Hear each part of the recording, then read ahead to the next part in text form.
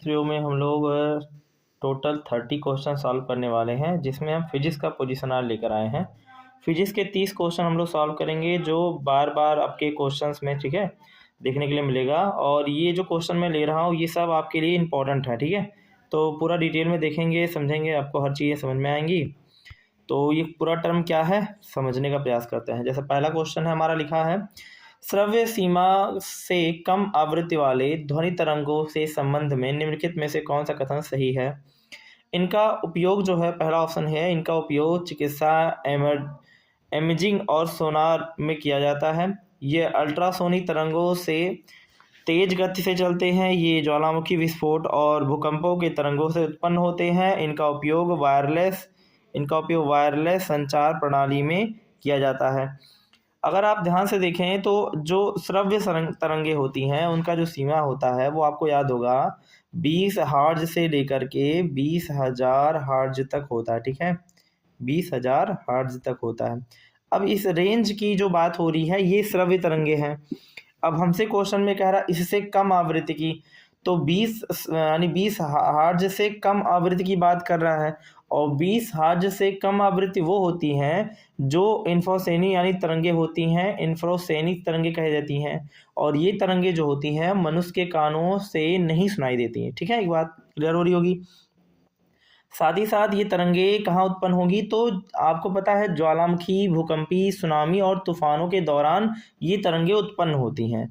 इनका उपयोग संचार या चिकित्सा के क्षेत्र में या अल्ट्रासोनिक तरंगों इन सब में नहीं किया जाता। तो आप ऑप्शन में चेक करना है, तो ऑप्शन में हमारा कौन सा सही है। यहाँ पर लिखा है ज्वालामुखी, भूकंपी, तो यही आपका सही है, यानी ऑप्शन सी हम लोग का सही है। तो पहले क्वेश्चन का आंसर आप लोगों को मिल गया होगा। अगर क्वेश्चन आप लोगों को समझ में आ रहा हो तो कमेंट सेक्शन में ये बात दिखेगी कि आपका कितना क्वेश्चन सही हो रहा है, ठीक है। पहला क्वेश्चन हम दूसरे क्वेश्चन की बात करें। दूसरा क्वेश्चन है विद्युत मोटर में चुंबकीय क्षेत्र में रखने हुए धारावाहक चालक पर लगने वाले बल की दिशा ज्ञात करने के लिए निम्नलिखित में से कौन सा जो है नियम प्रयोग में लिया गया। वो पामर का दाहिने हाथ का नियम, या फ्लेमिंग के दाहिने हाथ का नियम, या पामर का बाएं हाथ का नियम, या फ्लेमिंग के बाएं हाथ का नियम। तो इसका करेक्ट आंसर आपका होगा फ्लेमिंग के बाएं हाथ का नियम, ठीक है। और ये बात आपके 10th में आपको अच्छे से बताया गया कि विद्युत मोटर में धारावाही चालक और चुंबकीय क्षेत्र में प्रवाहित जो चालक है उसको जो है फ्लेमिंग के दाएं हाथ के नियम से ही बताया जाता है। दाहिने हाथ का नियम आपको पता होगा, इस तरह से होता है, ऐसे करके, है ना। याद है आपको कुछ कुछ, है ना, कि ये जो होती हैं ये उंगली जो हो रहेगी ये बताएगी धारा की दिशा, बाकी ये ऐसे मुड़ा हुआ जो रहता है ये चुंबकीय क्षेत्र, और अंगूठा जो रहता है वो किसको दिखाएगा, बल की दिशा दिखाता है। तो यही बात यहाँ पर बताई गई कि विद्युत मोटर में ये चीज़ें है ना। तो जो क्वेश्चन रखे हैं वो सब बहुत ही इंपॉर्टेंट क्वेश्चन मैंने रखे हैं, चुनिंदा क्वेश्चन जो आने की संभावना व्यक्त की जा रही है ना। अगर मैं तीसरे क्वेश्चन की बात करूं तो ये क्वेश्चन कह रहा है कि 8 किलोग्राम द्रव्यमान वाले एक राइफल में 300 मीटर पर सेकंड की गति से एक गोली दागी जाती है। यदि राइफल 1.5 मीटर पर सेकंड की गति से पीछे ढकेले तो गोली का द्रव्यमान कितना होगा। क्वेश्चन बहुत ही अच्छा है। तो पहले एक चीज़ समझो, इसको सॉल्व करने का तरीका किस तरह से ओवरऑल सॉल्व होगा। तो अभी आप पहले मान लो कि जो गोली है उसका द्रव्यमान आप लोग m किलोग्राम मान सकते हो, ठीक है, कि गोली का द्रव्यमान जो है वो m किलोग्राम है ना। तो जब गोली का द्रव्यमान आपको m किलोग्राम मिल जाएगा, गोली का द्रव्यमान, उसके हिसाब से गोली का जो वेग जो दिया है, गति जो दी गई है आपको, वो दी गई है 300 मीटर पर सेकेंड, ठीक है, यानी 1 सेकेंड में 300 मीटर चली जाती है ना। और राइफल का द्रव्यमान दिया गया है, जो हमारे पास राइफल है उसका द्रव्यमान दिया गया है वो 8 किलो का राइफल है। और उस राइफल जो है जब वो पीछे धक्का लगाता है तो वो 1.5 मीटर लगाता है। तो ऐसे कैरेक्टर में आपको इतना पता होगा, क्योंकि प्रारंभ में दोनों स्थिति थी, ठीक है, यानी कि कुल प्रारंभिक संवेग की वैल्यू जो होगी वो टोटल की टोटल हो जाएगी 0, ठीक है। और अगर हम इसे सॉल्व करने का प्रयास करें तो आपको ये देखने को मिलेगा कि जो गोली है, ठीक है, याद रखिएगा, जो गोली का संवेग होगा, ठीक है, वो बराबर होगा यम गुणे में 300 के, ठीक है। यम क्या है, वो द्रव्यमान जो हमने माना था, गोली का द्रव्यमान, वो m माना है ना। तो उस हिसाब से हम चीज़ों को रखेंगे यहाँ पर। तो हमारा राइफल जो है, उस राइफल का भी, ठीक है, राइफल का जो है संवेग हमें देखने के लिए मिलेगा। और राइफल का संवेग होगा 8 गुणे में 1.5। अब देखिए माइनस में होगा, क्यों? क्योंकि ये पीछे की तरफ धक्का लगा ला ना। दो चीज़ें आपको मैं एक बार फिर से बताना चाह रहा हूँ कि भाई देखिए, एक बार गोली का भी कुछ ना कुछ संवेग होगा और एक राइफल का संवेग होगा, ठीक है। दोनों का संवेग एक दूसरे के बराबर कर देंगे और हमारा जो मास है वो निकल जाएगा। एक बार फिर से आपको बता रहा हूँ, भाई एक बंदूक है, उस बंदूक में जब हम गोली भर के दागेंगे तो आगे की तरफ का भी कुछ फोर्स लगेगा, पीछे की तरफ भी फोर्स लग रहा है। न्यूटन के तृतीय नियम का पालन करता है। तो इस कैरेक्टर में गोली का भी कुछ ना कुछ संवेग होगा। तो जो गोली है उसका संवेग मैं बता रहा हूँ, गोली का संवेग यम गुणे में 300 हो जाएगा, है ना। उसके बाद आपका राइफल का भी संवेग है। राइफल कितने किलोग्राम का है? 8 किलोग्राम का है। कितने वेग से राइफल जो है पीछे की तरफ धक्का लग रहा है राइफल पे? वो 1.5 मीटर पर सेकंड पे लग रहा है। तो 1.5 से पीछे की तरफ है तो वो साइन उसका बदल जाएगा, माइनस में आ जाएगा, ठीक है।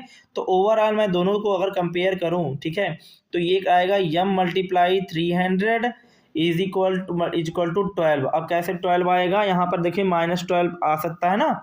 तो इस कैरेक्टर से जब इसको हम निकालेंगे तो यम इक्वल टू आ जाएगा क्या? आपका 12 डिवाइड 300। तो जब इसको हम डिवाइड करेंगे तो आएगा 0.004 आ जाएगा। ये आएगी वैल्यू किलोग्राम में। हमें वैल्यू दी गई है ग्राम में, तो ग्राम में 0.04 है। जब इसको मल्टीप्लाई किया जाएगा, ठीक है, किलोग्राम के लिए 1000 से, तो इसकी वैल्यू आ जाएगी 40, ठीक है, यानी कि 40 ग्राम। तो ये आंसर आप लोगों को 40 ग्राम देखने के लिए मिलेगा। आई होप मेरी बात से आप समझ पा रहे होंगे किस तरह से क्वेश्चन सॉल्व करना है, ठीक है। ऐसे ही हम नेक्स्ट क्वेश्चन की बात करें तो नेक्स्ट क्वेश्चन हम लोग का है, निम्नलिखित में से कौन सा कारण है कि एक स्वतंत्र रूप से लटकाया हुआ बार चुंबक सदैव उत्तर दक्षिण दिशा में व्यवस्थित होता है? इसका तो करेक्ट आंसर आप लोगों को पता ही होगा कि इसका करेक्ट आंसर क्या होगा, ठीक है। जब कोई भी देखिएगा, जब किसी को बार चुंबक को हम ऊपर देखिए, मान लीजिए कोई भी बार चुंबक ऐसे होता है ना, जब ऊपर हम स्वतंत्र छोड़ेंगे तो ये उत्तर दक्षिण ही होता है। अब उत्तर दक्षिण होने का रीजन क्या है? ऐसा उत्तर दक्षिण क्यों हो रहा है? उसका रीजन ये है कि जो पृथ्वी है उसकी जो चुंबकीय क्षेत्र है वो लगता है, क्योंकि यहाँ पर कोई और गति नहीं लग रही है। गुरुत्वाकर्षण बल के कारण ऐसा नहीं है। चुंबक का द्रव्यमान का भी विवरण नहीं है, ध्रुवों की स्थिति ऐसी नहीं है। यहाँ पर पृथ्वी जो है और चुंबक के बीच में चुंबकीय बल लग रहा है, जिसके कारण से चुंबक जो है उत्तर दक्षिण दिशा में स्वतंत्र छोड़ने पर वो लटकता है। तो आपका ऑप्शन ए सही होगा। ये बात आप लोगों को समझ में आई हो पा रही होगी, ठीक है। अगर हम बात करें नेक्स्ट क्वेश्चन के बारे में, क्वेश्चन है कि एक विद्युत बल्ब के फिलामेंट में 1 एम्पीयर की धारा एक चौथाई घंटे के लिए प्रवाहित की जाती है। इस समय के दौरान परिपथ में प्रवाहित कुल धारा आपको बतानी है। देखिए आसान क्वेश्चन है, बहुत ज़्यादा टफ तो नहीं है। इसमें आपका क्या कॉन्सेप्ट लग रहा है आपको पता है? Q इज इक्वल टू होता है IT, ये आपको पता है। तो आपसे यहाँ से आपको I पता है और यहाँ से हमें कह रहा है कि कितना टाइम लगता है? 1/4 यानी 1/4 टाइम लगता है ना। तो अगर 1/4 की हम बात करें तो अगर दिमाग लगाइए आप, 1/4 का मतलब होगा कितना? 1/4 मतलब 1/4, और ये कितना घंटा है? तो बताइए 1 घंटे में 60 मिनट होगा। 60 को जब इससे भाग करेंगे तो ये 15 मिनट के आसपास आएगा, ठीक है। तो ओवरऑल क्या है? टाइम है 15 मिनट। इसको सेकंड में बदलेंगे तो क्या करेंगे? तो धारा हमें दिया 1 और ये आपका आ गया 15 और गुणे में 60 कर देंगे, ठीक है, वही 60 सेकंड होता है। तो टोटल वैल्यू आ जाएगी 900 कूलाम, ठीक है। तो ऑप्शन नंबर ए आपका करेक्ट आंसर होगा। बहुत ही आसान क्वेश्चन था, टफ नहीं था, बस थोड़ा सा कॉन्सेप्ट को समझना आपको है, ठीक है। नेक्स्ट क्वेश्चन जो हम लोग का है वो है, निम्नलिखित में से कौन सा नियम सिद्धांत भारी वस्तुओं को उठाने के लिए हाइड्रोलिक लिफ्ट में सिद्धांत में जो है निर्णायक साबित होता है? जो हाइड्रोलिक प्रेशर है जिसके थ्रू हम बहुत सी चीज़ों को भी उठा सकते हैं। जैसे आपने देखा होगा जो गाड़ियां धुरी जाती हैं तो हाइड्रोलिक प्रेशर लगा रहता है, उससे वो भी जो है गाड़ियों को उठा देते हैं, उसके बाद नीचे धुलाई कर लेते हैं ना। तो न्यूटन का तीसरा नियम तो नहीं लगता, ये तो उसका ही है। पास्कल का नियम तथा आर्किमिडीज का सिद्धांत, देखो आर्किमिडीज का सिद्धांत जो है इसमें नहीं लगता, पास्कल का नियम लगता है। तो ये पास्कल का नियम ही लगेगा। ये सब गलत है एकदम, ठीक है। बहुत आसान क्वेश्चन था ये भी, ठीक है। पास्कल का नियम लगेगा, जब भी हाइड्रोलिक की बात करेगा तो पास्कल का नियम याद रखिएगा, ठीक है। अब इनमें में से कौन सा कथन गलत है, आपको गलत कथन सुनना है, ठीक है। तो पहले आप लैंग्वेज पढ़िए, उसके बाद गलत कथन अपने आप निकल जाएगा। क्वेश्चन है, एसी का अधिकांश भाग तार के ऊपरी हिस्से में होकर बहता है, ठीक है, ये क्वेश्चन कह रहा है। उसके बाद कह रहा है समान वोल्टेज की डीसी, एसी मतलब अल्टरनेटिंग करंट की बात हो रही है, अधिकांश खतरनाक होती है क्योंकि इसमें धारा की दिशा नहीं बदलती। फिर कह रहा है डायरेक्ट करंट यानी डीसी पर कार्य करने वाले उपकरण एसी से कार्य करने वाले उपकरण की तुलना में अधिक शक्तिशाली होते हैं। इसके बाद जो चौथा पॉइंट है वो कह रहा है कि एसी जो है यानी प्रत्यावर्ती धारा को विद्युत उत्पादन केंद्र से घरों और उद्योगों तक बहुत उच्च वोल्टेज पर स्टेप्स अप ट्रांसफार्मर का प्रेशर किया जाता है। तो इसमें से गलत ऑप्शन आपको चुनना है, सही नहीं गलत सुनना है। तो मेरे हिसाब से इसका गलत आंसर आप लोगों का सी ही होना चाहिए। क्यों? क्योंकि आप देखेंगे तो डीसी जो करंट है उस पर कार्य करने वाला उपकरण एसी से कार्य करने वाले उपकरण की तुलना में अधिक शक्तिशाली होता है, ये बात ये कह रहे हैं। जबकि ये इन्होंने कहा कि डीसी पर कार्य करने वाले उपकरण एसी के कार्य करने वाले उपकरण की तुलना में अधिक शक्तिशाली है, तो इन्होंने टर्म को उल्टा बोल दिया है। इस हिसाब से ये गलत है, और जो हमारे लिए गलत है वही हमारे लिए सही है। पहला सही है, दूसरा सही है, और हमारे पास चौथा भी ऑप्शन सही है। गलत आपका सिर्फ और सिर्फ क्या है? तीसरा है, ठीक है। ये टर्म उल्टा बोल दिया है, बाकी सब चीज़ें सही थी, ठीक है। आगे हम नेक्स्ट क्वेश्चन की बात करें तो नेक्स्ट क्वेश्चन जो हम लोग का है वो कह रहा है कि एसी और डीसी ट्रांसमिशन से संबंधित निम्नलिखित में से कौन सा कथन वैज्ञानिक दृष्टिकोण से गलत है। गलत क्वेश्चन क्या है, गलत आपको चुनना है। लिखा है एसी में ट्रांसफार्मर की सहायता से आसानी से ऊपर और नीचे किया जा सकता है, इसलिए यह लंबी दूरी संप्रेरण के लिए उपयुक्त होते हैं। दूसरा है उच्च वोल्टेज पर एसी ट्रांसमिशन में चालक में धारा कम होने पर पावर लाइन में कम हो जाता है। उसके बाद है बहुत लंबी दूरी के लिए डीसी ट्रांसमिशन एसी के बेहतर होते हैं, इसीलिए इसको रिएक्टिव पावर जो है लाइंस नहीं होता है। एसी ट्रांसमिशन अपने परिवर्तनशील प्रकृति के कारण हर स्थिति में डीसी से अधिक सुरक्षित होते हैं। अब इस सब चीज़ों को पढ़ने के बाद आपको एक अच्छे से कंक्लूजन पे आना है कि कौन सा कंक्लूजन एकदम करेक्ट हो, गलत होगा, क्योंकि गलत पूछा गया ना, गलत आपसे पूछा गया, तो गलत स्टेटमेंट कौन सा होगा? चौथा वाला ही आपका गलत स्टेटमेंट होगा, क्योंकि ये कह रहा है कि एसी ट्रांसमिशन अपने परिवर्तनशील प्रकृति के कारण हर स्थिति में डीसी से अधिक सुरक्षित होता है, जबकि ये गलत है, ठीक है। अब हर देखेंगे एसी ट्रांसमिशन अपने परिवर्तनशील प्रकृति के कारण अधिक सुरक्षित होता है, ये बात गलत है। क्यों? क्योंकि आपको पता है कि जो एसी है अल्टरनेटिंग करंट और डायरेक्ट करंट जो होता है, डायरेक्ट करंट एसी से ज़्यादा खतरनाक डायरेक्ट करंट होता है, ठीक है। तो यहाँ बोल रहा है ट्रांसमिशन परिवर्तनशील प्रकृति के कारण हर स्थिति में डीसी के अधिक सुरक्षित है। एसी कैसे सुरक्षित अपने आप मिला रहा है, तो ये चीज़ आपका गलत होगा। आपका ऑप्शन जो है वो डी जो है वो करेक्ट आंसर होगा, ठीक है। अगर हम बात करें नेक्स्ट क्वेश्चन के बारे में, तो नेक्स्ट क्वेश्चन कह रहा है गति और विश्राम के संबंध में हमें एक कथन दिया गया है और उसके हिसाब से आपसे ऑप्शन बनाया गया है। पहला है यदि कोई वस्तु समय के साथ अपनी स्थिति नहीं बदलती तो वह विश्राम की स्थिति में होती है, ठीक है, क्वेश्चन ये है। दूसरा कह रहा है गति और विश्राम निरपेक्ष अवस्था और प्रेक्षण स्तर पर निर्भर नहीं करते। अब देखिए एक चीज़ यही गलत कह दिया है, ऊपर वाली बात तो सही है, ये बता रही है कि कोई भी वस्तु अगर जो अपनी स्थिति में बदलाव नहीं करेगी तो रेस्ट पोजीशन में रहेगी। जड़त्व का नियम आपने पढ़ा है, ठीक है, न्यूटन के जड़त्व का नियम। तो पहला वाला सही है, दूसरा वाला गलत क्यों हुआ? क्योंकि कह रहा है गति और विरामावस्था निरपेक्ष अवधारणाएं हैं। क्यों है भाई? दोनों रेस्ट और मोशन दोनों एक ही अवधारणाओं में है, ये कहने का मतलब उसके है। फिर कह रहा है प्रेक्षक जो है प्रेक्षक पर निर्भर नहीं करते, जबकि करते हैं, ऐसा नहीं है, गलत कह रहा है, ठीक है। प्रेक्षक पर निर्भर करते हैं भाई, दोनों चीज़ें बदलाव होती है ना, प्रेक्षक का मतलब ऑब्जर्वर, ठीक है।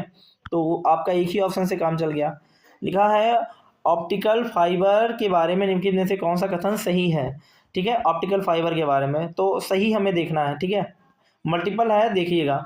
वे पूर्ण आंतरिक परावर्तन के सिद्धांत पर कार्य करते हैं, ये बात तो मुझे लगता है कि बिल्कुल ही सही है कि पूर्ण आंतरिक परावर्तन पर ही काम करते हैं। तांबे की कोर उनकी प्रवाहकीयता को बढ़ाती हैं, मतलब जो करंट है कंडक्टिविटी उसको बढ़ाती है, ठीक है। ये कुछ जो है वो मुझे सही नहीं लग रहा, यही मुझे गलत लग रहा है। बाकी देखते हैं वे विद्युत चुम्बकीय हस्तक्षेप में से अप्रभावित होते हैं, ये भी सही है, बात सही है, ठीक है। इन्हें कांच और प्लास्टिक दोनों से बनाया जा सकता है, ये भी एकदम करेक्ट बात है। इसमें करेक्ट जो हम लोग का होगा, अब ऑप्शन चेक कर लेते हैं बाकी कौन सा सही है। बोल रहा है केवल पहला और दूसरा और चौथा, तो ये तो दूसरा जहाँ भी है हमारा वो क्या होगा, गलत होगा। तो दूसरा हमारा सही नहीं हो सकता, तो ये गलत हो गया वैसे, क्योंकि ऊपर गलत करके ही हम आए हैं। अब पहला और तीसरा बोल रहा है तो पहला तीसरा हो सकता है, लेकिन चौथा भी आपका सही था, तो इसलिए इसके हिसाब से करेक्ट आंसर आपका सही होगा केवल 1, 3 और 4, दूसरा आपका गलत है, ठीक है। आई होप मेरी बात आप समझ रहे होंगे। नेक्स्ट क्वेश्चन की बात करें तो नेक्स्ट क्वेश्चन है लंबाई दूरी की संचार प्रणाली में ऑप्टिकल फाइबर की कार्य क्षमता को प्रभावित करने वाले कारक कौन से हैं, ठीक है। लंबी दूरी में अगर आप देखेंगे तो ऑप्टिकल फाइबर है, उसको प्रभावित करने वाले कारक कौन कौन से हैं। पहला है जो है वो है मोडल परिवर्तन, मॉडल डिस्पर्जन। दूसरा है कोर में अशुद्धियों के कारण जो हास्य है। तीसरा है वक्रता हास्य, ठीक है, जिसे बैंडिंग लॉस कहते हैं। चौथा है वैद्युत चुंबकीय क्षेत्र का हस्तक्षेप। इनमें से कौन सा ऑप्शन सही होगा ये हमें बताना है। अब ऑप्शन के हिसाब से देखें तो ऑप्शन हमें मिलेगा ऐसे, पहला है केवल 1, 2 और 4, केवल 2, 3 और 4, और चौथा है केवल 1, 2 और 3। अगर हम बहुत अच्छे से समझना चाहें, और लास्ट ऑप्शन है उपरोक्त में से एक से अधिक सही है, उपरोक्त में से एक से अधिक सही है। तो मुझे लगता है जहाँ तक इसका सही ऑप्शन आपका ये डी बनना चाहिए, इसलिए क्योंकि ऑप्टिकल फाइबर का जो उपयोग है वो सिग्नल को प्रकाश के रूप में, सिग्नल जो होता है उसको प्रकाश के रूप में संचारित करता है, ठीक है। साथ ही साथ अगर हम देखेंगे तो उसमें जो है मोडल परिवर्तन के कारण अलग अलग किरणें जो हैं अलग अलग समय पर पहुंचती हैं, जिससे सिग्नल जो है विकृति होती है, ठीक है। कोर की अशुद्धियों को अवशोषित करता है, तो ये भी सही है, ये भी सही है, मतलब समझ लो आपसे उपरोक्त में से एक से अधिक ऑप्शन आपका सही है, तो ये आपका डी एकदम करेक्ट आंसर। आप क्योंकि परफेक्टली ये चीज़ें कह रहे थे तो ये सही नहीं है, यानी कि डी ऑप्शन अगर ये ना होता बना करके तो ये गलत होता, ठीक है। डी ऑप्शन आपका एकदम सही है। नेक्स्ट क्वेश्चन पे हम आए तो नेक्स्ट क्वेश्चन हम लोग का कह रहा है किलोवाट का जो है, किलोवाट का एक विद्युत हीटर 5 लीटर जल को एक इस्पात के पात्र में गर्म करने के लिए प्रयोग किया जाता है, जिससे द्रव्यमान 1 किलोग्राम है। यदि प्रारंभिक तापमान 25 डिग्री सेल्सियस और अंतिम तापमान 75 डिग्री सेल्सियस, तो यह तापमान प्राप्त करने के लिए न्यूनतम समय कितना लगेगा। और जल की विशिष्ट ऊष्मा और इस्पात की विशिष्ट ऊष्मा दी गई है, ठीक है। बहुत आसान नहीं कह सकते, लेकिन हाँ ये है कि आसान तो है। बस आपको याद क्या रखना है, 2 चीज़ें। जब हमें कहने का मतलब इनके ये है कि भाई देखिए एक पात्र है, उस पात्र में क्या कह रहे हैं कि किलोग्राम 1 किलोवाट का जो है विद्युत हीटर है, जिसमें 5 लीटर का जल रख रहे हैं और पात्र को गर्म कर रहे हैं। तो उसमें कहीं ना कहीं आप देखेंगे तो उसमें क्या होगा कि जल का एक द्रव्यमान दिया गया, आपको जल का द्रव्यमान दिया गया है, जल का द्रव्यमान दिया गया है आपको, कितना दिया गया है, 5 किलोग्राम, ठीक है। और पात्र का भी द्रव्यमान दिया गया 1 किलोग्राम। पात्र का जो द्रव्यमान है वो कितना है, 1 किलोग्राम है, क्योंकि वहाँ बोला है उसने, ठीक। तो अब जो है तापमान, अगर हम देखें तापमान में वृद्धि कितनी की हुई, तो देखो एक तापमान ये दिया है, इससे पहले 25 है, तो 75 में से 25 निकाल दोगे तो आपका 50 डिग्री सेल्सियस टेम्परेचर में जो है चेंज देखने के लिए मिला। हीटर की जो शक्ति है, हीटर जो दिया गया है वो 1 किलोवाट है, और 1 किलोवाट में 1000 वाट होता है, ठीक है। अब इसी फॉर्मूले में हम क्या करेंगे, कुल ऊष्मा निकालेंगे कि कुल आवश्यक ऊष्मा क्या होगी, जिसे क्यू से प्रदर्शित करेंगे। ये बराबर होती है जल द्वारा ली गई ऊष्मा और प्लस का इस्पात द्वारा दी गई ऊष्मा। दोनों इस्पात में द्वारा ली जाएगी ऊष्मा और जल के द्वारा ली गई ऊष्मा, दोनों ऊष्मा के योग के बराबर होगा। अब मैं आपको बताऊं, इसमें देखो क्वेश्चन में आपको स्पेसिफिक हीट दिया हुआ है, इस्पात का भी और जल का भी। तो आप लगाओ Q इज इक्वल टू 5 × 4 180 कर दो। ये किलो जूल आपका क्या हो गया, किलोग्राम जूल जो है आपको ग्राम जूल में बदल जाएगा, क्योंकि ये जब डिवाइड करके निकल के आएगा मल्टीप्लाई करके, ठीक है, वैल्यू तो आपकी है ना। और मल्टीप्लाई आपका 50 हो जाएगा, ये एक ब्रैकेट में ये हो गया, प्लस 1 × 460 × 50 ये कर देंगे, ठीक है। अब दोनों को जब सॉल्व करेंगे तो एक आपका आएगा 10 4 5 0 0 और प्लस 2 3 3 3 ऐसे करके आ जाएगा, और ये वैल्यू आ जाएगी 10 6 800 जूल आ जाएगा। अब अगर हम इसको बहुत अच्छे से कैलकुलेट करें तो यहाँ पर बाद में क्या निकलेगा कि जो ऊष्मा है, ठीक है, उस उष्मा बराबर होगा शक्ति और गुणे में हो जाएगा समय, ठीक है, शक्ति गुणे में समय। अब समय जो है अगर निकालना है, क्योंकि हमें समय ही पूछा है, तो समय बराबर हो जाएगा कुल उष्मा जो है बटे में शक्ति, ठीक है, ऐसे करके आपका फॉर्मूला बन गया। अब हमें कुल उष्मा अभी अभी हमें ऊपर निकाला है 10, 6, 8,000, ठीक है, बटे में आपको कितना है 1,000 के, तो 1,000 जब इससे कट कर देंगे तो कितना आएगा 10 आपका आ जाएगा 68, ठीक है, कितना आ जाएगा 10 68 सेकंड आ जाएगा। तो मतलब टाइम आपको मिल गया कितना 10 68 सेकंड। लेकिन अभी यही क्वेश्चन लगा नहीं, अगर आप ध्यान से देखेंगे तो ये जो वैल्यू आपको देखने के लिए मिलेगी ये आपको किलो वाट में मिल रही है ना, सेकंड के कैरेक्टर में, तो किलो वाट में आगे चल के ये चीज़ें मिलेंगी क्योंकि इसमें ऊपर लिखा ही है वो चीज़। तो इसको आप कन्वर्ट करेंगे, यह विकल्प से जब मेल नहीं खाएगा ना तब आप क्या करेंगे, प्रश्न के हिसाब से 2.65 किलोग्राम माना है, उस वैल्यू को आपको कर देना क्या है 2650 जो है वाट मान लेना, यानी ये जो 10 6 8,000 बटे में 2650 मान लेना है। तो डिवाइड जब करेंगे इसको तो लमसम 403 के आसपास सेकंड आ जाएगा। तो यानी ऑप्शन कौन सा सही होगा, ए सही होगा। अगर ये क्वेश्चन आपको समझ में नहीं आया होगा तो कमेंट बॉक्स में आप कमेंट करेंगे तो इसको मैं अलग से आपको समझा दूंगा, ठीक है। आई होप आप समझ रहे होंगे बातों को, ठीक है। अगर हम नेक्स्ट क्वेश्चन की बात करें तो निम्नलिखित में से कौन सा विकल्प इंफ्रासोनिक तरंगों के लिए सही है, ठीक है, सही वर्णित है। इंफ्रासोनिक क्या होते हैं, इनकी आवृत्ति जो है 20 किलोवाट से अधिक होती है और ये सोनार में प्रयुक्त होते हैं, ठीक है। उसके बाद कह रहा है कि ये 20 हर्ट्ज से कम आवृत्ति वाले ध्वनि तरंगों जो है होती हैं और ये अक्सर भूकंपी जो है द्वारा उत्पन्न होती है, भूकंपी तरंगों द्वारा। कम आवृत्ति का तो ऐसा क्वेश्चन तो आपको बताया है, ये भी चीज़ें आपकी जो है वो सही हैं और यही चीज़ें ही सही, क्योंकि आपका ये अल्ट्रासोनिक बोल रहा है तेज़ी से, तो ये तो गलत है और एक से अधिक, तो ऑप्शन ये गलत है। ऑप्शन आपका बी ही एकदम करेक्ट है। देखिए अभी अभी ऊपर ही मैंने बताया कि 20 हर्ट्ज से कम जितनी भी तरंगे रहेंगी वो अक्सर आपको, जैसे आप देखेंगे भूकंपी तरंगे मिलेंगी, वॉल्केनोज जो है उसकी तरंगे होती हैं। 20 से लेकर के 20,000 वाट तक की जितनी भी हर्ट्ज तक की जितनी भी तरंगे होंगी वो श्रव्य तरंगे कहलाती हैं, ठीक है। तो इंफ्रासोनिक तरंगे की बात कर रहा है तो इंफ्रासोनिक तरंगे जो होती हैं 20 हर्ट्ज से कम वाली तरंगे होती हैं और ये यही है भूकंपी तरंगे, ठीक है। अब हम बात करें नेक्स्ट क्वेश्चन पे, तो नेक्स्ट क्वेश्चन भी ध्यान से देखेंगे। कह रहा है एक 4 किलोवाट का एक इंसमल रॉड दिया गया है जो 1 लीटर जल का तापमान 30 डिग्री सेल्सियस से 60 डिग्री सेल्सियस बढ़ाने के लिए कितना समय लगेगा और उसकी विशिष्ट ऊष्मा दी है। देखिए ऊपर ही क्वेश्चन हम करा के आए हैं, टेंशन एक ना लीजिए, समझने का प्रयास कीजिए। आपको मास दिया गया, एक बार मैं आपको समझाता हूँ कैसे लगाना आपको क्वेश्चन, ठीक है।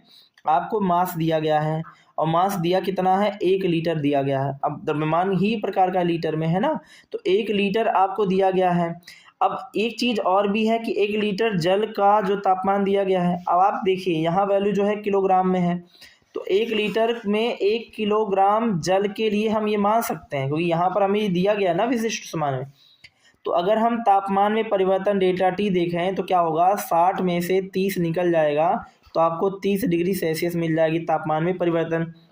विशिष्ट ऊष्मा सी की मान दी गई है 4.18 गुणे 10⁻³ जूल पर किलोग्राम डिग्री सेल्सियस, ये दी गई है। पावर दिया गया पी की वैल्यू आपको 4 दी गई है ना, किलोवाट। अब इसको वाट में बदल लो तो 4 गुणे में 1000 कर दोगे तो आ जाएगा 4000 वाट आ जाएगा, ठीक है। तो अब आपको सब डाटा मिल गया। आपको पता है विशिष्ट ऊष्मा के लिए Q = mc इंटू में डेल्टा टी, अब फॉर्मूला समझ गए हो ना। आपको m की वैल्यू रखनी है 1, ठीक है, दिया है, मल्टीप्लाई c की वैल्यू अभी अभी देखो 4.18 मल्टीप्लाई 10⁻³ और उसके बाद डेल्टा टी की वैल्यू जो है वो आएगी 30, ठीक है। इन सबको जब आप मल्टीप्लाई डिवाइड करके निकालेंगे तो Q की वैल्यू निकल जाएगी 125,400 जूल आ जाएगा। अब हमें समय निकालना है, ठीक है, तो समय कैसे निकलेगा समझिए। आपको कैसे समय निकलता है तो T = Q/P होता है, ठीक है। Q की वैल्यू हमें अभी निकाला है 12,500 5 400 निकाला। अब हमें p की वैल्यू है, p का मतलब अपने आप में पावर की बात कर रहा है ना, तो पावर कितना दिया गया है, 4 किलोग्राम दिया गया है। तो किलोग्राम को किलोवाट को वाट में बदलेंगे तो 4000 आ जाएगा। इससे इसको डिवाइड करेंगे, देखिए 2 जीरो कैंसिल। अब इसके बाद इससे भाग किया जाएगा तो आएगा 31.35 सेकंड के आसपास। तो 31.35 सेकंड आपको ऑप्शन नंबर डी में मिल रहा है। ये आपका ऑप्शन एकदम करेक्ट होगा। थोड़ा कैलकुलेशन आपको करना पड़ेगा।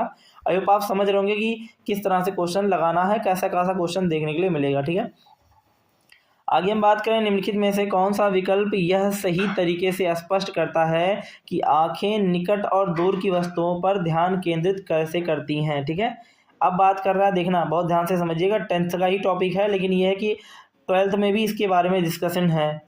लेंस का आकार जो है सिलेरी पेशियों में संकुचन और शिथिलन के कारण होता है। जो सिलेरी पेशियां होती है, जब हम आँख को फैलाते हो कम करते हैं ना, जैसे धूप से आए हैं तो आँखों को हम सिकोड़ लेंगे, अब जब अंधेरे से बाहर जाएंगे तो आँखों को फैला लेते हैं, तो ये सिलेरी जो है पेशियां हैं उसी वजह से होता है। ठीक है, तो ये तो डायरेक्टली क्वेश्चन ही यही सही हो जाएगा, क्योंकि आपसे पूछा है तो ये तो बहुत अच्छा है।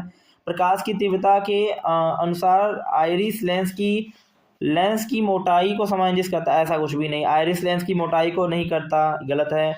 रेटिना तंत्रिका संकेत भेज करके रेटिना नहीं भेजती है, वो तंत्रियां होती हैं हमारी ऑप्टिकल्स जो होते हैं ना, उसको पहुंचाती हैं। फिर उसके बाद कह रहा है एक्चुअल ह्यूमस लेंस के आकार में मदद करता है, ये भी गलत है। आपका सही आंसर जो होगा वो पहला ही होगा। सिलेरी जो है पेशियां ही होती हैं जो शिथिलन और संकुचन के घटनाओं को बताती है, तो ये आप लोगों का पहला सही है। ठीक है, नेक्स्ट क्वेश्चन की बात करें, नेक्स्ट क्वेश्चन कह रहा है समतल चिकनी सतह पर प्रकाश की परावर्तन की विधि के संबंध में निम्नलिखित में से कौन सा कथन सही है। आपसे क्वेश्चन पूछा है सही, तो बहुत ही ध्यान से लगाइएगा क्वेश्चन का। पहला है आपतन कोण हमेशा परावर्तन कोण के बराबर होता है, तो ये तो पढ़ के आए हो ना, आपतित किरण परावर्तित किरण, और बीच में बना हुआ कोण आपतन कोण परावर्तन कोण के बराबर होता है, तो ये तो मुझे लगता है अगर आप ध्यान से देख रहे होंगे। अच्छा, एक क्वेश्चन, आपतन कोण हमेशा परावर्तन कोण से अधिक होता है, ये तो गलत हो गया। आपतन कोण परावर्तन कोण के बराबर होता है चिकनी सतह पर जब गिरेगा ना, ये चीज गलत हो गया, यानी गलत आपका हो गया। सही पूछा हमसे, तो ये तो पहला गलत ही हो गया। अगर ऑप्शन एलिमिनेशन सीखोगे ना, तब आप कई सारे ऑप्शन एलिमिनेट कर दो, जो आपको बता भी रहा हूँ। पहला ऑप्शन गलत हो गया ना, तो इस हिसाब से देखेंगे तो ये भी गलत हो गया, ये भी गलत हो गया। अब या तो ये सही है तीसरा वाला, या तो दूसरा वाला सही है। चलिए ऊपर पढ़ भी लेते हैं ऑप्शन को कि क्या क्या लिखा हुआ है ना।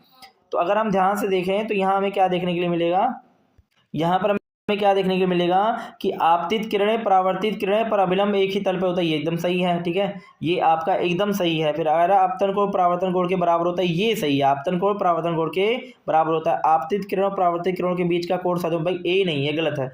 180 अंश का बाद दूसरा हो जाएगा, पूर्ण आंतरिक परावर्तन में आ जाएगा। ठीक है, वो मरीचिका वाली बात आ जाएगी, तो वो गलत है ये चीज। आपका पहला ऑप्शन यानी कि करेक्ट होगा, दूसरा और तीसरा, दूसरा तीसरा किसमें है, फर्स्ट ऑप्शन में ही दूसरा तीसरा है, यानी आई ऑप्शन आपको करेक्ट होगा। आई आप समझ रहे होंगे। नेक्स्ट क्वेश्चन हमारा है, एक प्रकाश किरण माध्यम x है जिसका अपवर्तनांक दिया गया है μ1 2√2 दिया गया है। से माध्यम जो है y में मतलब μ2 में √2 में प्रवेश करती है। यदि किरण सीमा पर 45 डिग्री के कोण पर आपतित हो तो निम्नलिखित में से कौन सा कथन सत्य है। ठीक है, आप देखेंगे ध्यान से समझ जाएंगे। पहला ऑप्शन है किरण पूर्ण आंतरिक परावर्तन करेगा। ठीक है, तो ये आप समझेंगे, देखिए फॉर्मूले से भी लगा सकते हैं आप ना, स्नेल का नियम लगा दीजिए। स्नेल का नियम क्या कहता है, स्नेल का नियम कहता है sine I upon sine R equal to mu two है ना। एक माध्यम से दूसरे माध्यम में जाएंगे तो स्नेल का नियम लगाएंगे कम घनत्व से ज्यादा घनत्व के बीच में। तो एक माध्यम आपको x मिलेगा जिसका अपवर्तनांक दिया गया है 2√2, और एक माध्यम y मिला है जिसका अपवर्तनांक अंडर आपको मिला है 2। ठीक है, और आपको ऊपर 45 अंश का कोण मिला है, यानी साइन की में एक आपतन कोण भी आपको मिला है। ठीक है, आपतन कोण जो आने वाला कोण होता है ना, वो आपको मिल गया है। तो बहुत आसान क्वेश्चन बन गया आपके लिए। ठीक है, आप सॉल्व कीजिए इसको, लिखेंगे स्नेल के नियम में तो आप ऐसे ही कर सकते हैं सॉल्व। ठीक है, 2√2 मल्टीप्लाई साइन 45 अंश, ठीक है, इज इक्वल टू √2, उसके बाद साइन आर हो जाएगा। ठीक है, अभी ऊपर बताया फॉर्मूला उस हिसाब से। अब साइन 45 अंश का मान जो है वो क्या आएगा, उस हिसाब से साइन 45 अंश का मान 1/√2 के आसपास आना चाहिए। तो जब ये करेंगे तो √2 से √2 कैंसिल हो जाएगा, तो आएगा 2 is equal to √2 sine r आ जाएगा। अब ये 2 नीचे भेज दीजिए, तो जब 2 भेजेंगे या इससे इसको कट करेंगे तो 2 कैसे है, 2 को अंडर रूट 2 लिख सकते हैं, ठीक है। तो एक अंडर रूट 2 से अंडर रूट 2 कट जाएगा, तो under root 2 equal to sine r आ जाएगा, ठीक है, साइन आर आ जाएगा। अब अंडर रूट 2 जो है संभव नहीं है, क्योंकि साइन का जो अधिकतम मान हो सकता है वो आपका 1 हो सकता है, अंडर रूट 2 नहीं हो सकता। इसलिए जो किरण है आपतित नहीं होगी बल्कि पूर्ण आंतरिक परावर्तित हो जाएगी। ये आपका आंसर, यानी पहला ऑप्शन आपका सही होगा, इनमें से कोई भी सही नहीं होगा, ठीक है। क्योंकि अगर मान 1 को आता तो हम कुछ कह सकते हैं, अंडर रूट 2 आया यानी कि वैल्यू गलत है, तो इस हिसाब से हमारा ऑप्शन पहला सही होगा, ठीक है। आई होप आप सॉल्व करने का तरीका भी सीख ही रहे होंगे। निम्नलिखित में से कौन सा माध्यम क्रांतिक कोण थीटा सी को सही रूप से प्रदर्शित करता है, और ये प्रकाश जो है माध्यम में वायु के जो है उसके माध्यम को बताता है, ठीक है। तो देखिए ध्यान से, तो माध्यम आपको दिया गया है म्यू, ठीक है, एक अपवर्तनांक म्यू दिया है और उसका वायु का माध्यम 1 दिया गया है। अब कह रहा है mu c equal to sine inverse 1 में म्यू, और theta C is equal to sine inverse mu, theta c equal to 1/म्यू, और theta c equal to cos inverse 1/म्यू दे रहा है। इसका सही ऑप्शन आपका यही होगा, क्योंकि आपने जब भी पढ़ा होगा तो इसमें एक वैल्यू इसकी दी गई है, थीटा सी रखेंगे तो आपका हो जाएगा। क्यों ऐसा, क्यों, क्योंकि आपने क्रिटिकल एंगल पढ़ा होगा। क्रिटिकल एंगल का मतलब होता है क्रांतिक कोण। क्रांतिक कोण वह जो आपतन कोण होता है जिस पर आपतित किरण वायु की सतह से सटी होती है।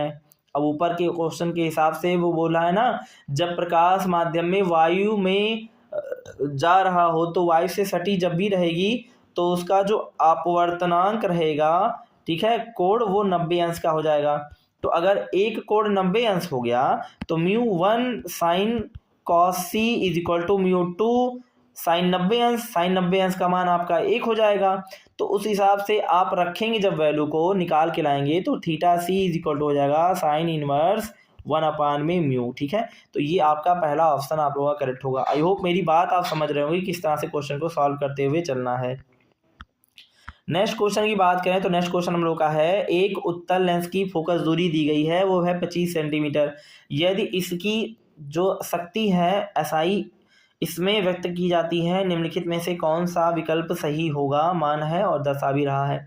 तो आपने पढ़ा है शक्ति की बात और पी की बात कर रहे हैं ना, तो किसी भी लेंस में पावर का जो सूत्र होता है वो होता है P is equal to 100/F, ये होगा सेंटीमीटर में, ठीक है। और 1/F कर दोगे तो हो जाएगा मीटर में, है ना, 1/F कर दोगे तो वो मीटर में हो जाएगा, ये बात सबको पता है।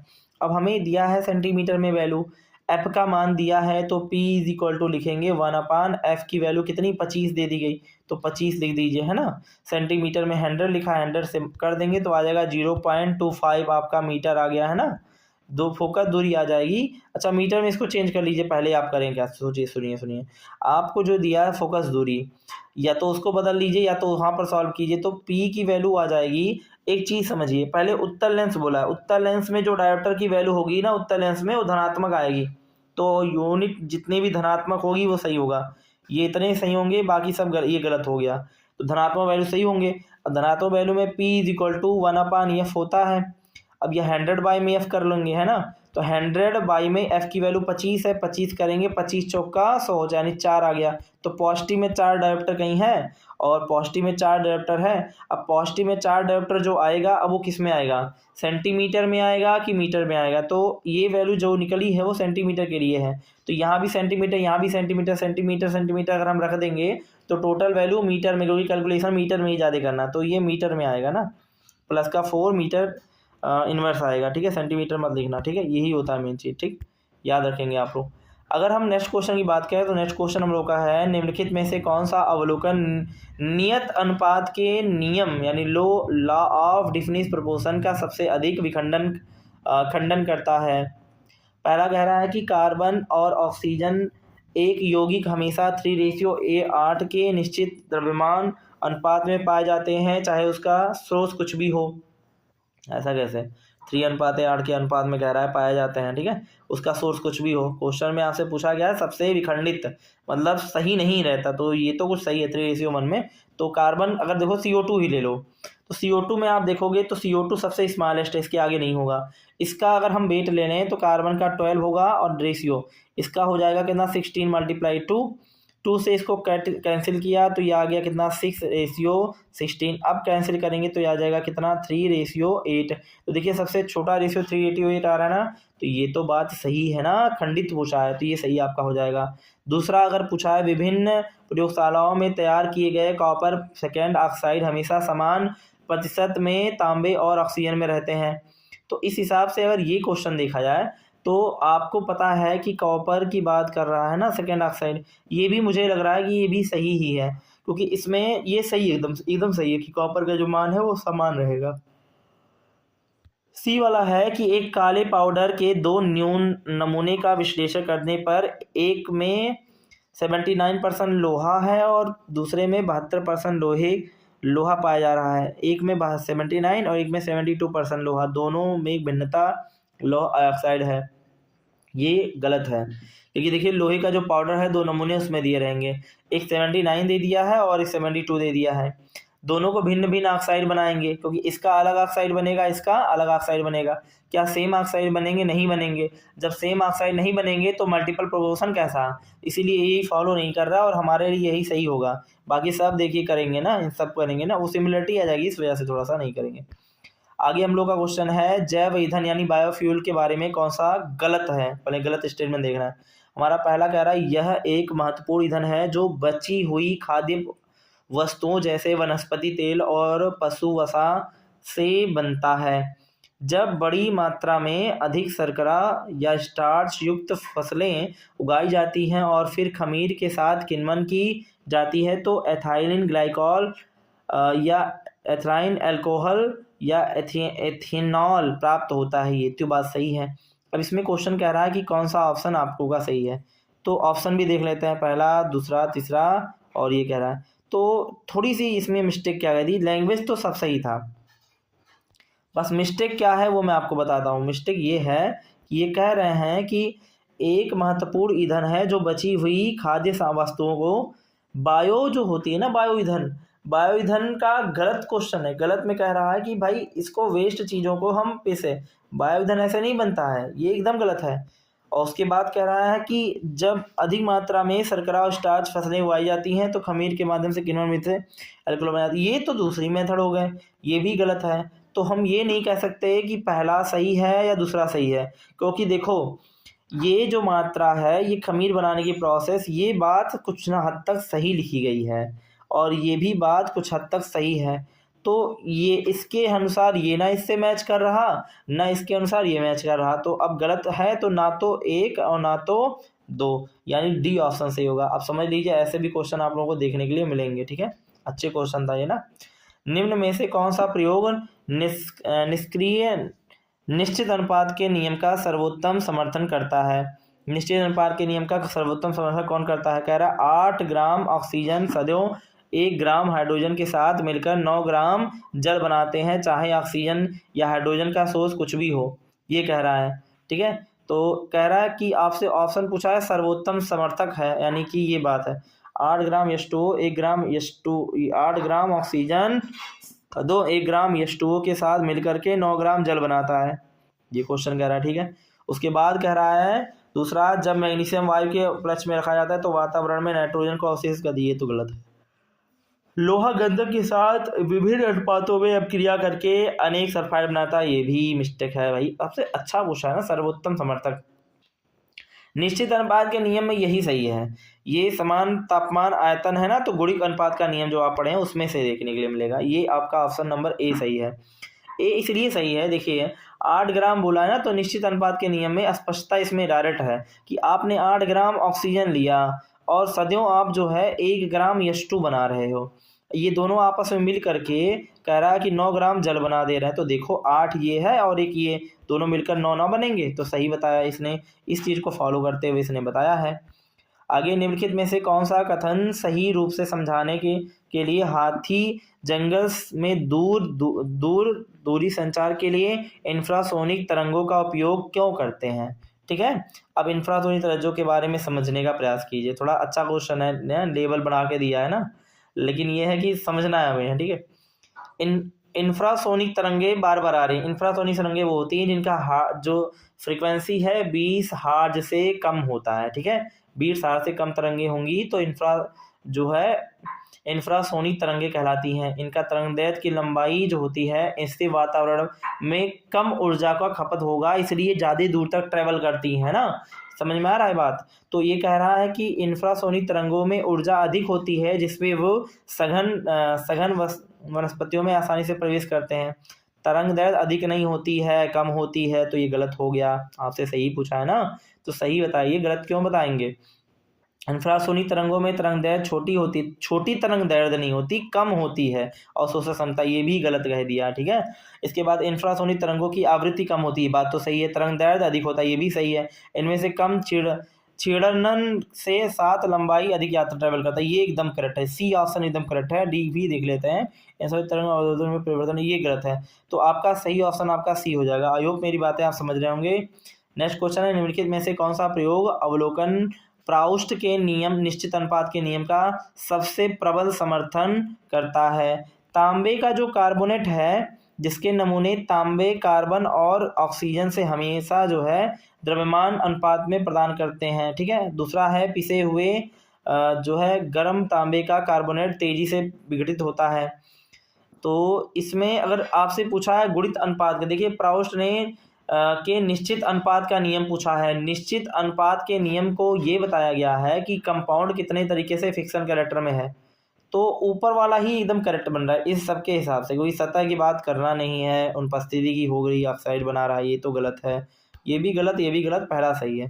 पहला कैसे सही हुआ? क्योंकि पहला कह रहा है जब तांबे कार्बोनेट का मतलब होता है, तांबा क्या होता है? कॉपर होता है ना। Cu कार्बोनेट है, CuCO3 है। इसमें कह रहा है नमूने कॉपर जो है और कार्बन और ऑक्सीजन को अलग करना है, तो कॉपर है, Cu कार्बन और ऑक्सीजन को अलग करना है, तो इसका भी अनुपात निकल जाएगा। इसमें दोनों में से अनुपात निकल जाएगा ना, कितने अनुपात में कौन सा कंपाउंड है, ये निकल जाता है आराम से। कह रहा है न्यूलैंड के अष्टक नियम की कौन सी सीमा सही नहीं मानी जाती? न्यूलैंड ने अष्टक नियम में अपना क्या बताया था? सारे गामा पाधा नी सा। अच्छा, ये चीज़ जो मैं बता रहा हूँ ये इंडिया वालों ने अपने हिसाब से बनाया है, उसने कुछ अलग बनाया था उसने, क्योंकि वहाँ जो था वो दूसरे देश का था, वहाँ भी 7 ही स्वर थे, उसने अपने हिसाब से स्वर बनाए थे। लेकिन हम लोग जब पढ़ने लगे तो पढ़ते पढ़ते हम लोगों ने अपने स्वर, क्योंकि सारे गामा पाधा नी हमको आता था हम लोगों को, तो हम लोगों ने सारे गामा पाधा नी स्वर के हिसाब से चीज़ों को बता दिया। अब ये क्या गलती है या क्या सही है, हमें यही देखना कि कह रहा है कि कौन सी सीमा सही मानी जाती है, तो सही देखना है हमें। यह बाद में खोजे गए अशुद्धियों गैसों को समावेश का विफल रहा। ठीक है, ये भी कह रहा है, तो ये उतना सही नहीं है। इसमें भिन्न गुणों वाले तत्वों को एक ही समूह में रखा गया, ऐसा नहीं है, वो तुलना बता रहा था। इसे कैल्शियम के बाद सफलता विस्तारित नहीं किया जा सकता, ये भी कह रहा है। उपरोक्त में से एक से अधिक सही है, तो देखो एक चीज़ बताएं, आप समझने का प्रयास करो पहला कि ऑप्शन क्या बन सकता है। ये ऑप्शन डी आपका सही है। क्यों? क्योंकि देखो ये एकदम करेक्ट बात है, कैल्शियम के बाद इनका नियम नहीं चल पाया। आपको पता है ना सारे गामा पाधा नी सा कैसे लिखा था इन्होंने? सा, फिर आएगा रे, फिर गा मा पा धा, ठीक है, फिर नी, फिर आ जाएगा सा, इस तरह से। नहीं, अब आगे मेरे पास जगह नहीं इसलिए मैंने लिख दिया। इसमें इन्होंने हाइड्रोजन से शुरू किया, हीलियम उस समय था नहीं, है ना, हाइड्रोजन के पास हीलियम नहीं, हीलियम क्योंकि अक्रिय गैस उस समय नहीं थी। हाइड्रोजन के बाद हीलियम, फिर lithium, hydrogen, helium, lithium, beryllium, boron, carbon, nitrogen, oxygen, ठीक है, फिर नियान, मैंने बताया नियान था ही नहीं, तो ये आपका यहाँ पर सोडियम। तो आप देखेंगे तो आपको ये करेक्टर है वो देखने के लिए मिलेगा, जैसे लिथियम का करेक्टर इनसे मिल रहा था, है ना। तो इस तरह से आपको ये जब देखेंगे तो आपको ये समानता दिखी गई, तो कैल्शियम तक ही ये लग ही पाया, तो ये एकदम सही है। और दूसरा कह रहा है विभिन्न गुणों वाले तत्वों में एक समान, ये भी सही है, दोनों लिखा गया है, तो एक से ज़्यादा ही सही है ना, तो डी ऑप्शन सही होगा। ऐसे क्वेश्चन बहुत डिफरेंट आपको कंफ्यूज करेंगे, ठीक है, तो आपको ऐसे क्वेश्चन के लिए भी तैयार रहना है।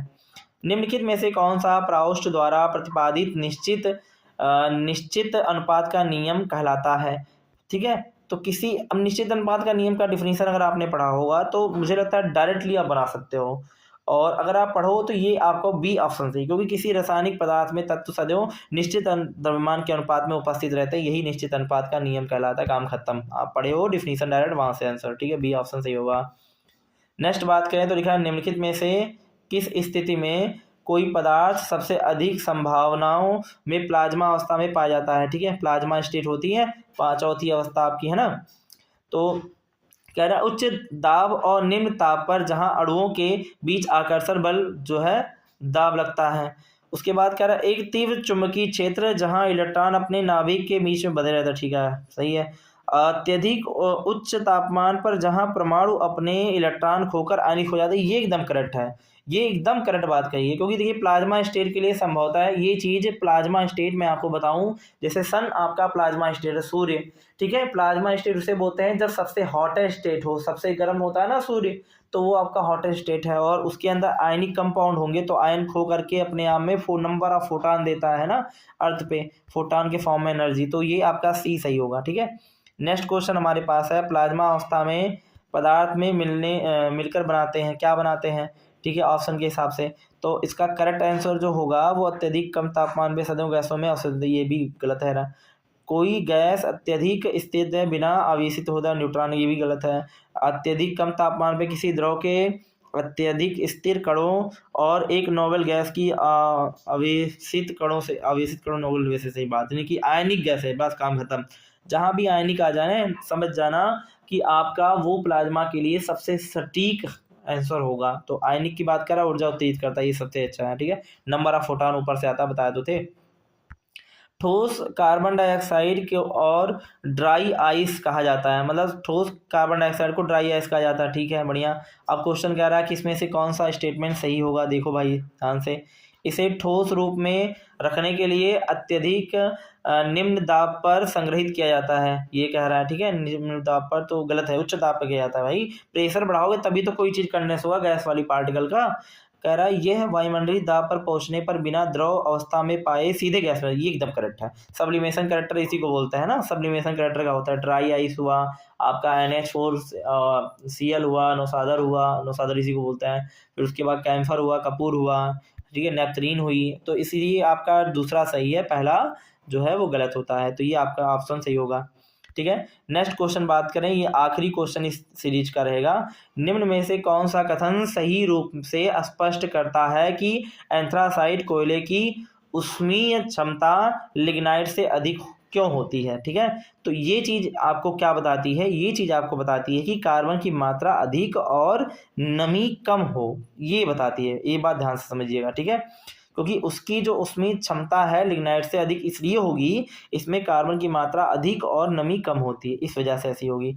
आई होप आपको ये सीरीज जो हमने पढ़ाया है आपको समझ में आ रहा होगा। अगर ये सीरीज समझ में आ रहा होगा तो चैनल को सब्सक्राइब कीजिएगा, ज़्यादा से ज़्यादा लोगों के पास शेयर कीजिएगा जो भी LT ग्रेड या DSSS की तैयारी कर रहे हैं। ये जो आपको क्वेश्चन मैंने अभी तक सॉल्व कराए, ये क्वेश्चन हर तरीके से क्वेश्चन को जोड़ा है मैंने, मतलब एक नॉर्मल तरीके से आपको क्वेश्चन नहीं कराया, बहुत सारे कंटेंट को मैंने इकट्ठा करके एक एक क्वेश्चन को रखा हुआ है। आई होप ये समझ रहे होंगे कि आपके लिए ये सेक्शन इंपॉर्टेंट रहा होगा। अगर ये सेक्शन इंपॉर्टेंट लग रहा हो तो शेयर कीजिए ज़्यादा लोगों के पास। धन्यवाद, जय हिंद।